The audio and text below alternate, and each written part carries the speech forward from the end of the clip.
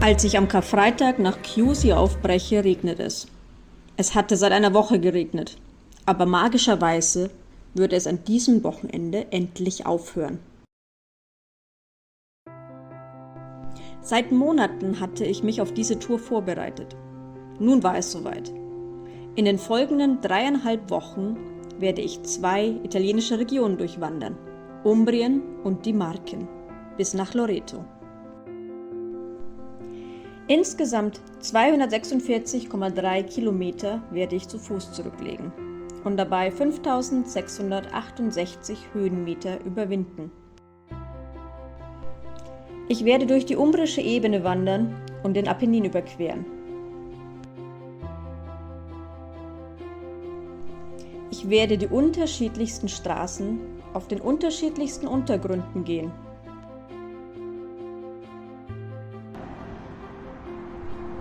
Manchmal werde ich im Verkehr laufen müssen.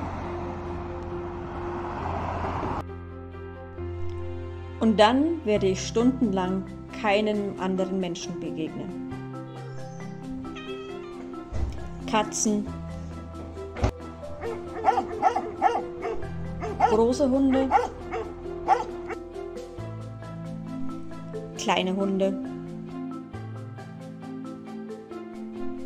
Esel, Hühner, Schafe und natürlich andere Pilger werde ich treffen.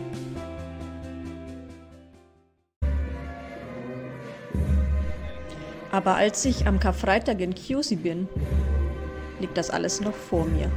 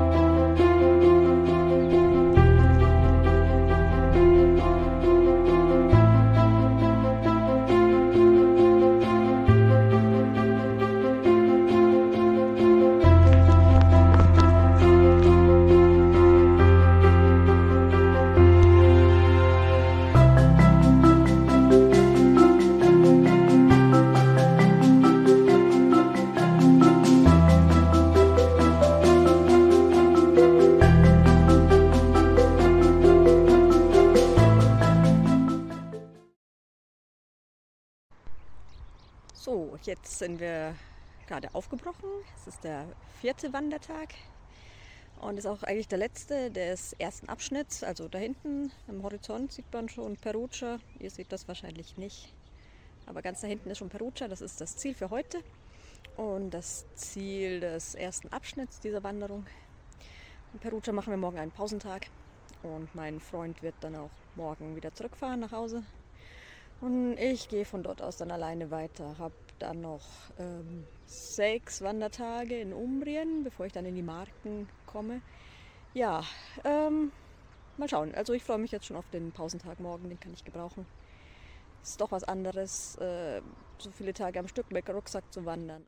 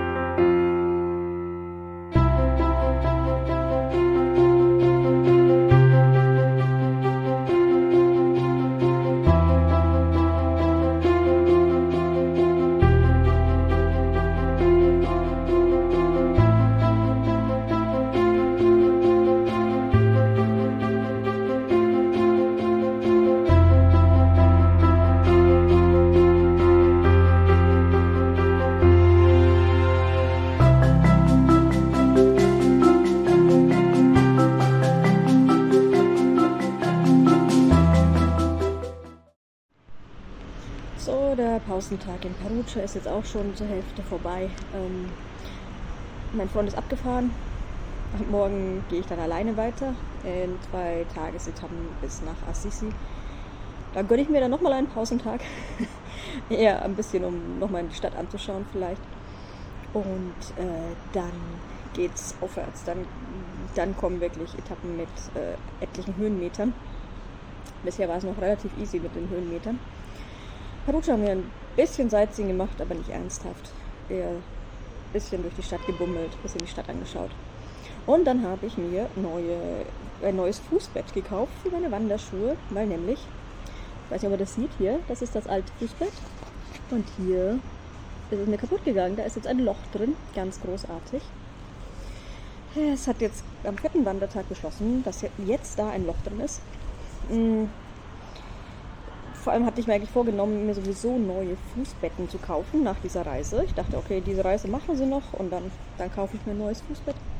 Jetzt habe ich gestern schon ein neues Fußbett gekauft. Das ist natürlich überhaupt nicht eingelaufen. Bin sehr gespannt, wie dann jetzt die nächsten Tage werden. Ja, und wie das dann ist mit dem neuen Fußbett. Ich glaube, wenn es mal eingelaufen ist, ist es sehr bequem. Das ist ein Memory Foam Ding. Aber bis dahin, naja, mal schauen. Ich habe zur Notfall immer noch das alte Ding hier. Kann ich notfalls austauschen und muss dann halt mit diesem Loch irgendwie gehen. Ist nicht super angenehm, aber machbar. Naja, gut, mal sehen. Den Abend heute lasse ich noch ruhig angehen und morgen früh geht's weiter. So, ich verlasse jetzt Perugia. Wie immer, wenn man aus einer Stadt rausgeht, ist der Rausmarsch echt lustig. Man muss meistens an irgendwelchen Ausfallstraßen entlang gehen, wie ich hier auch. Zum Glück mit einem Gehweg. Ja, aber angeblich in 200 Metern geht es dann links ab in einen Pfad, in einen Fußpfad, dem ich dann folge. Und dann sollte der Großteil des heutigen Tages ziemlich grün sein. Ist mir auch ganz recht, weil das Wetter ist auch nicht das Beste heute.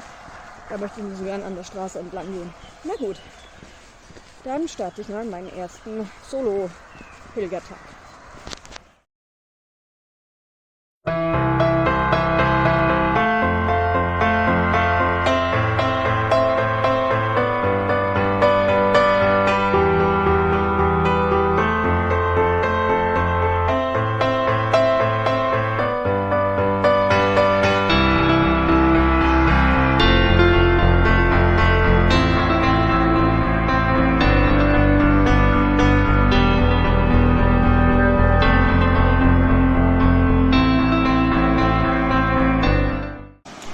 Okay Leute, also ich kapiere es nicht. Ich bin jetzt die ganze Zeit, seit ich in Perugia von der Ausfallstraße abgezweigt bin, gegen die Pilgerwegmarkierung gelaufen. Quasi Assisi ist immer in die Gegenrichtung ausgeschildert und in die Richtung, in die ich gegangen bin, ist Laverna. Dabei könnte man nach Assisi, so wie ich, hier ganz gemütlich am Tiber entlang laufen. Aber irgendwie schickt man die Pilger von hier in die Gegenrichtung, Richtung Perugia, um sie dann an der Straße weiterlaufen zu lassen. Und weiter vorne treffe ich dann wieder auf den Weg. Also ich bin jetzt wieder auf dem offiziellen Wanderweg seit der Autobahnunterquerung. Man sieht vielleicht da hinten, hier, da aus dem Gewerbegebiet wäre der offizielle Wanderweg gekommen. Ganz ehrlich, ich finde meiner war doch ein bisschen schöner. Und ganz hinten am Horizont sieht man tatsächlich auch Perugia hier. So, also ich bin jetzt in Bastia Umbra, genieße den letzten Sonnenstrahlen. Ich zeige es euch mal da hinten. Geht die Sonne gerade unter. Ja, Assisi ist quasi in Sichtweite. Da bin ich dann morgen Abend. Und ich habe jetzt auch endlich das Geheimnis gelüftet, warum ich heute die ganze Zeit gegen die Assisi-Markierung gewandert bin, warum das so komisch markiert war. Es gibt offenbar eine Variante, also eine Variante geht von Laverna direkt nach Assisi und die andere Variante macht eben diesen Schlenker zum Tiber und von dort nach Perugia und dann von Perugia wieder zurück Richtung Assisi an der Straße entlang. Macht sehr viel mehr Sinn als das, was ich dachte. Allerdings bin ich trotzdem sehr froh, dass ich heute nicht diese offizielle Route gewandert bin, sondern die Route am Tiber entlang, die ich mir rausgesucht hatte, weil das war wirklich eine sehr schöne Tour. Und morgen jetzt dann bis nach Assisi.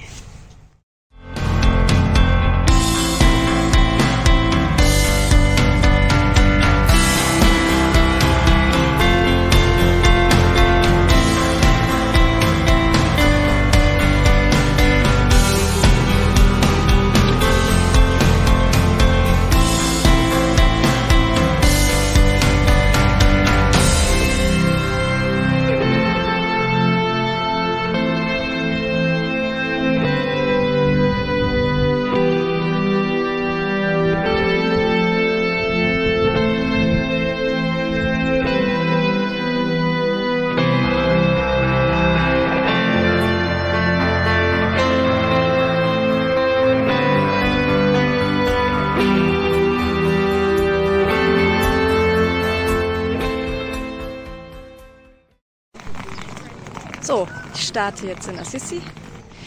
Heute geht es bis Bello, das sind nur 16 Kilometer, aber es ist die Etappe mit den meisten Höhenmetern tatsächlich auf dieser Tour. Und deswegen habe ich ein bisschen Respekt davor. Es geht aber die ganze Zeit durch den Wald, von daher hoffe ich, dass das ganz gut ist mit dem Wetter auch, weil es könnte schon sonnig werden heute. Ich bin auch ziemlich beladen, weil ich ziemlich viel Wasser dabei habe für diese Höhenmeter. Und heute Abend soll ich dann hoffentlich bei den Franziskanerschwestern in Spello übernachten. Die Kommunikation war ein bisschen schwierig, also hoffe ich, dass das einfach geklappt hat. So, mal schauen.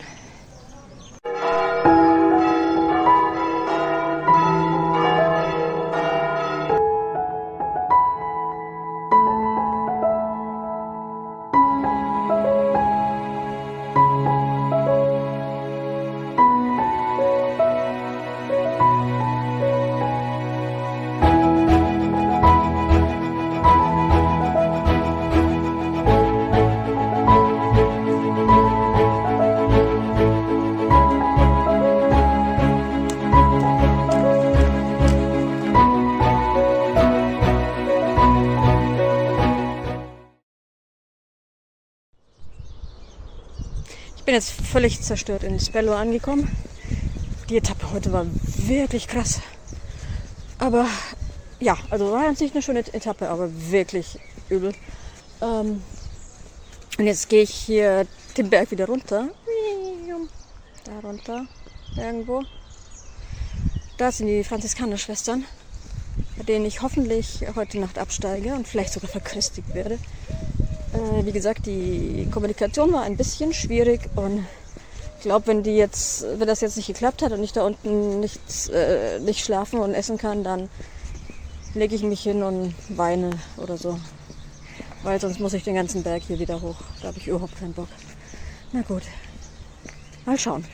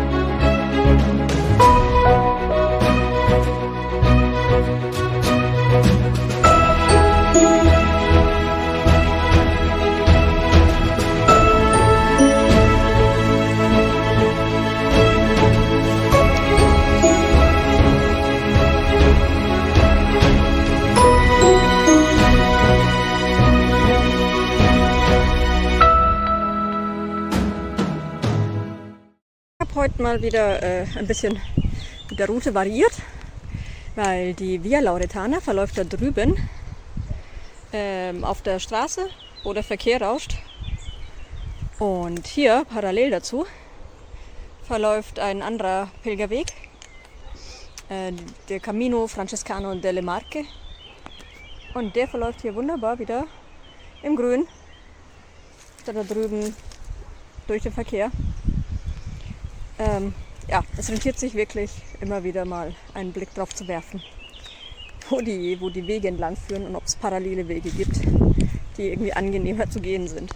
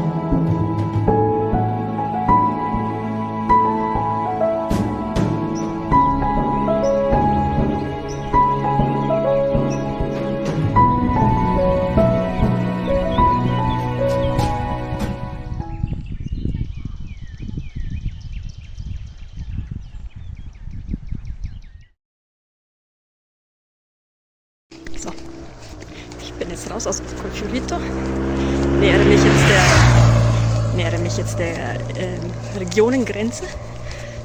Habe tatsächlich 2 andere Pilger getroffen, die allerdings sehr viel schneller sind als ich. Da vorne bei der Kirche ist auch die Regionengrenze.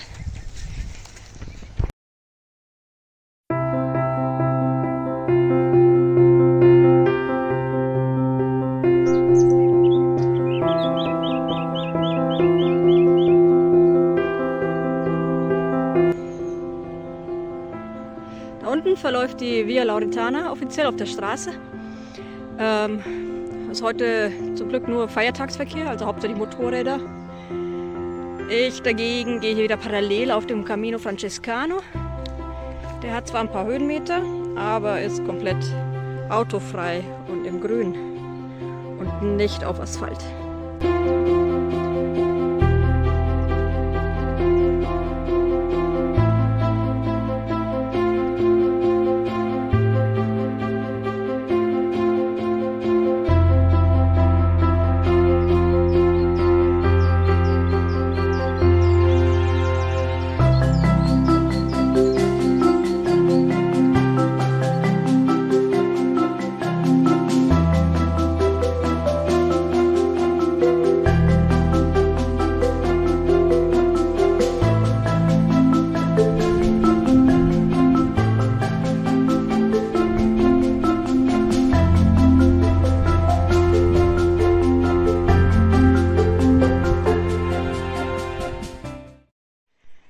Da vorne sind Schafe. Jetzt bin ich gespannt, ob da auch ein Schäferhund ist. Ich hoffe nicht.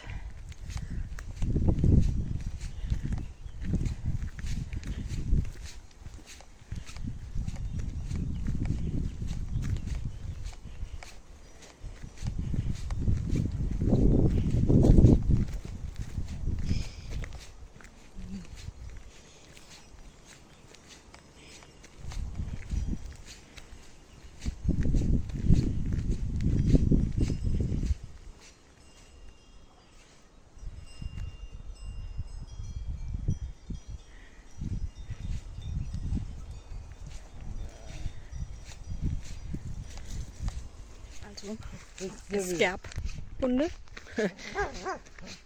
aber zum Glück gab es auch einen Schäfer. Sonst wäre es jetzt echt blöd gewesen.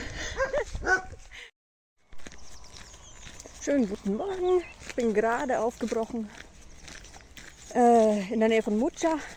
Ich habe heute eine relativ leichte Etappe vor mir. Ich muss euch diese wunderbare Aussicht zeigen, diese Landschaft da hinten. Das ist wunderschön. Relativ leichte Etappe. Es geht hauptsächlich abwärts Und es sind nur 11 Kilometer. Ist mir auch ganz recht. Nachdem gestern die erste Etappe in der Marke war relativ anspruchsvoll. Es war auch die längste Etappe der Tour mit knapp über 20 Kilometern, noch einigen Höhenmetern, ein paar kniffligen Stellen, sehr schmale, ausgesetzte Wege zum Teil. Ja, deswegen bin ich ganz froh, dass heute eine etwas entspannte Etappe kommt. Gestern habe ich auch ein paar andere Pilger tatsächlich getroffen, die alle deutlich mehr als 20 Kilometer pro Tag machen, zum Teil bis zu 30 Kilometer. Ganz ehrlich, habe ich überhaupt keine Lust drauf. Also mir haben die 20 gestern gereicht. Mehr brauche ich eigentlich nicht pro Tag. Ich möchte das lieber gemütlich angehen. Ich habe zum Glück auch den Luxus, dass ich viele Urlaubstage übrig habe, die ich dafür nutzen kann. Jetzt muss ich heute nochmal diese wunderbare Landschaft da im Hintergrund zeigen. Es ist so hell, ich sehe selbst nicht viel auf meinem Display, aber ich hoffe, ihr seht das, wie schön da der Ausblick ist. Das sind die Marke, da bin ich jetzt angekommen. So, heute eine kurze Etappe, morgen nochmal eine etwas längere, anspruchsvolle, nochmal eine kurze und dann ist ein Pausentag. So, das da ist die Chiesa Col de Venti, wo ein Marienbild verehrt wird. Man kann leider nicht rein. Die ganze Kirche ist außenrum gestützt, wie ihr seht. Das sind wohl Überbleibsel vom schweren Erdbeben von 2016, das die Marke heimgesucht hat. Man sieht das tatsächlich noch oft. Viele Häuser sind immer noch so gestützt. Im Camerino, wo ich nicht hinkomme, weil ich eine andere Etappe gegangen bin, ist wohl die ganze Innenstadt noch so gestützt. Das ist alles noch von 2016, also ist fast 10 Jahre her. Und ja, da sind immer noch diese großen Schäden des Erdbebens.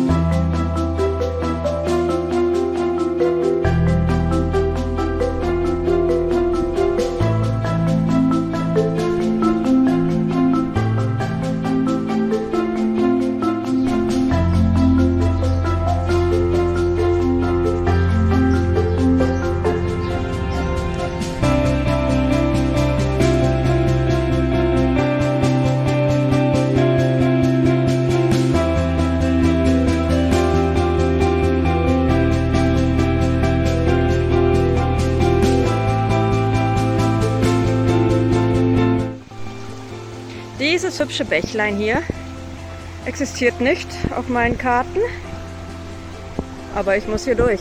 Na gut. Wisst ihr, was das Schlimmste ist, wenn ich in den Bach durchqueren muss? Nicht, dass das Wasser kalt ist oder irgendwas, sondern dass meine Füße so weit unten sind. Weil irgendwie bin ich die letzten Tage echt steif geworden in der Hüfte. Und mich darunter bücken zu müssen, um diese scheiß Socken wieder anzuziehen, ist echt anstrengend geworden.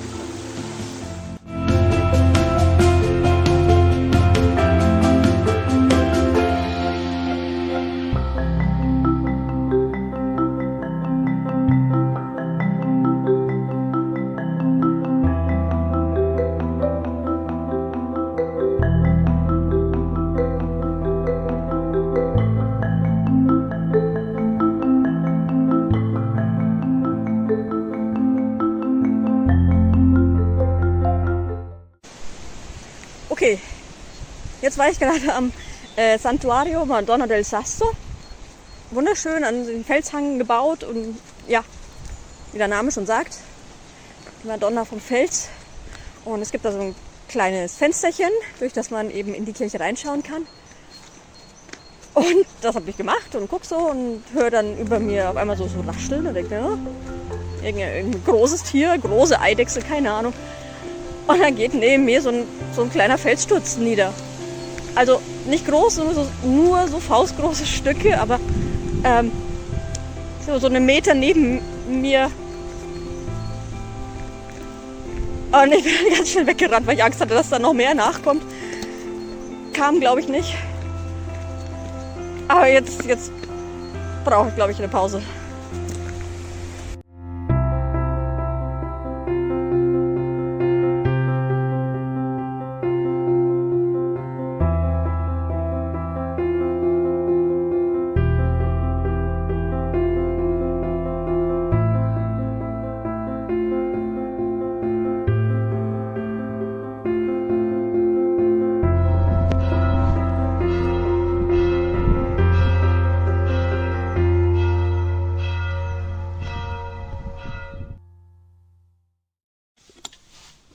Es ist Zeit, wieder die Wanderschuhe zu schnüren.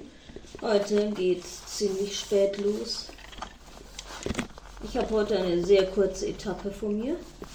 Und ich gehe heute nur bis Tolentino. Das sind etwa 8,5, 9 Kilometer. Allerdings sehr weit oder ich glaube die ganze Zeit auf Asphalt und an der Straße entlang. Tolentino habe ich dann einen Pausentag. Ich hoffe, dass ich mir dort die Basilika San Nicola anschauen kann.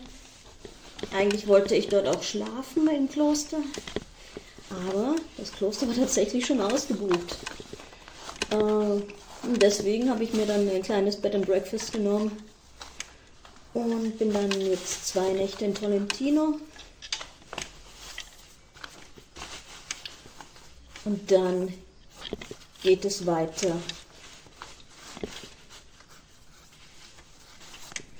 Richtung Loreto. Das Ziel ist jetzt wirklich schon ziemlich nah.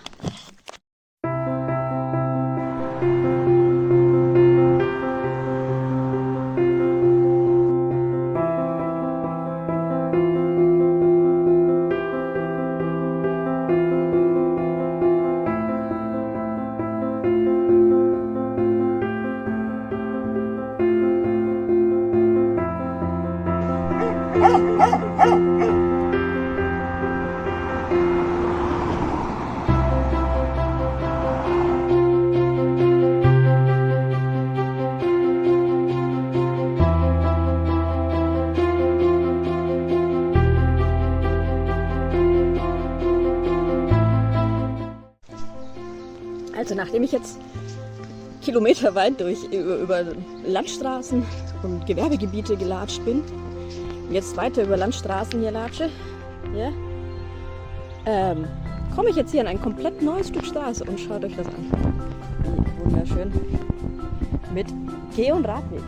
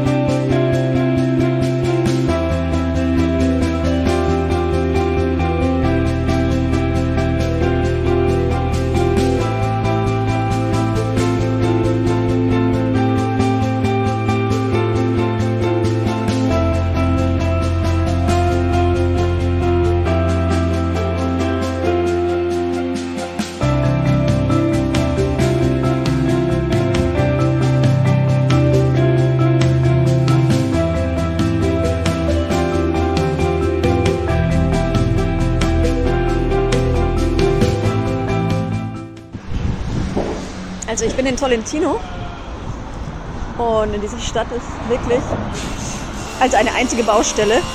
Hier wird nur gebaut. Das ist jetzt hier der Dom.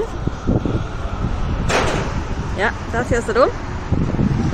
Und auch hier die Palazzi. Wir gehen jetzt mal eine Straße entlang, damit ihr mal eine Vorstellung habt, wie das hier aussieht. Neben den Palazzi, die gerade renoviert werden, gibt es dann auch solche wie hier, die eben frisch renoviert sind.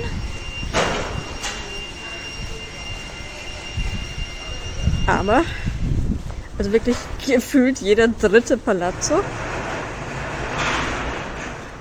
wird gebaut. Da hinten ist die Straße auch gesperrt, da kann man gar nicht durch. Hier wird gebaut.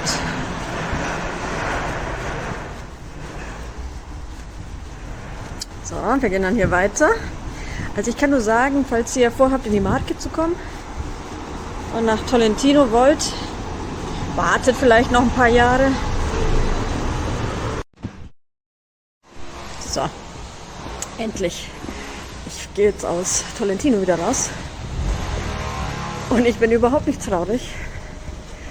Ich muss ganz ehrlich sagen, Tolentino ist nicht die ideale Stadt für einen Pausentag. Weil diese ständige Gebohre, Gesäge, Gehämmer an diesen ganzen Baustellen, hier oben schon wieder eine, ist wirklich anstrengend. Ja, ich bin jetzt froh, dass es weitergeht. Und hatte gestern auch einen ziemlichen Durchhängertag tatsächlich. Die Etappe nach Tolentino war nicht so besonders spannend, immer an den Straßen entlang, immer auf Asphalt. Nicht besonders schöne Landschaft, durch die es dann ging. Und gestern hatte ich echt so einen Durchhänger und hatte gar keinen Bock.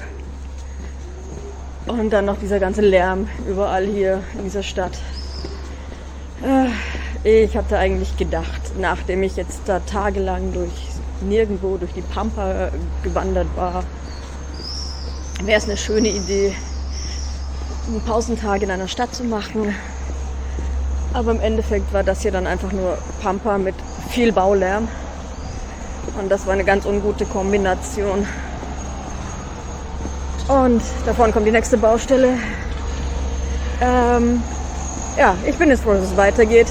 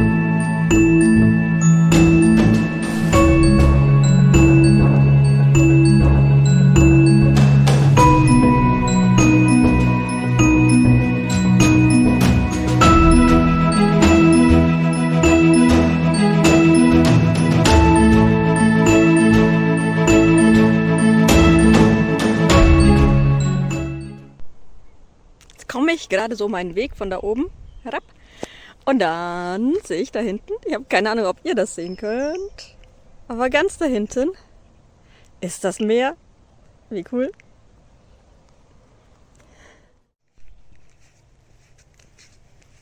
Ja, es ist jetzt 11:30 vorbei. Der vorletzte Wandertag. Und ich habe echt das Gefühl, ich habe meinen Durchhänger hinter mir gelassen. Heute geht es echt gut voran. Und bisher ist das Wetter auch noch echt wirklich gut. Also ich meine, kein Regen momentan in Sicht. Aber der soll noch kommen. Deswegen bin ich auch extra früh aufgebrochen heute und wollte möglichst Strecke machen, bevor am Nachmittag der Regen kommt. Aber bisher ist das echt eine schöne Wanderung und es geht immer so auf kleinen Landsträßchen dahin, kaum befahren. Kleine Dörfer, die Felder, weite Ausblicke, so dahin getupfte kleine Häuschen im Land. Ja, hier kann man gut wandern, hier gefällt es mir. Schöne Strecke heute. Und weil ich jetzt ziemlich flott unterwegs war, habe ich jetzt auch nur noch ungefähr 5 Kilometer. Und dann bin ich schon an meinem Etappenziel für heute. Und dann kann heute Nachmittag dann auch der Regen kommen.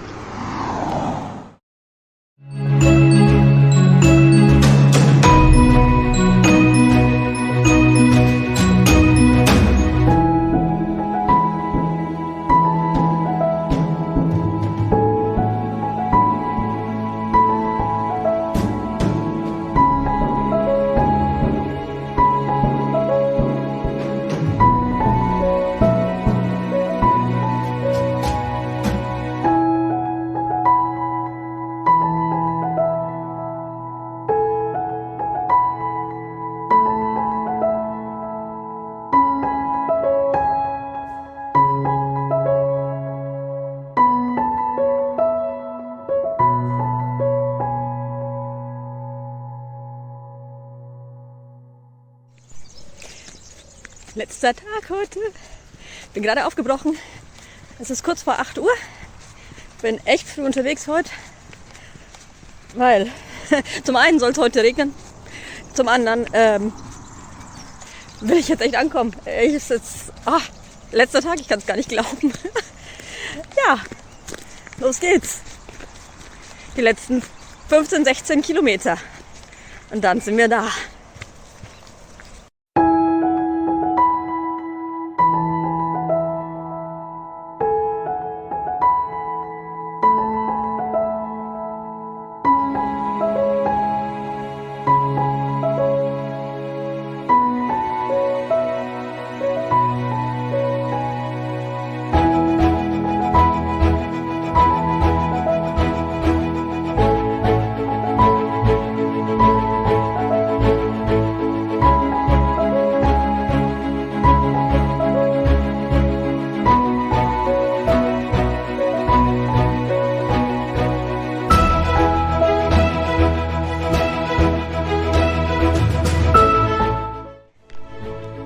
Da, vor dieser Gewitterwand über dem Meer sieht man was Helles leuchten, eine helle Kuppel. Das ist Loreto. Da geht's jetzt hin. Ich muss nur noch 1,5 Kilometer an dieser Straße überleben, wo die hier echt durchziehen. Und Sicherheitsabstand kennt halt auch keiner. Und wenn ich diese 1,5 Kilometer überlebt habe, beginnt der Aufstieg nach Loreto.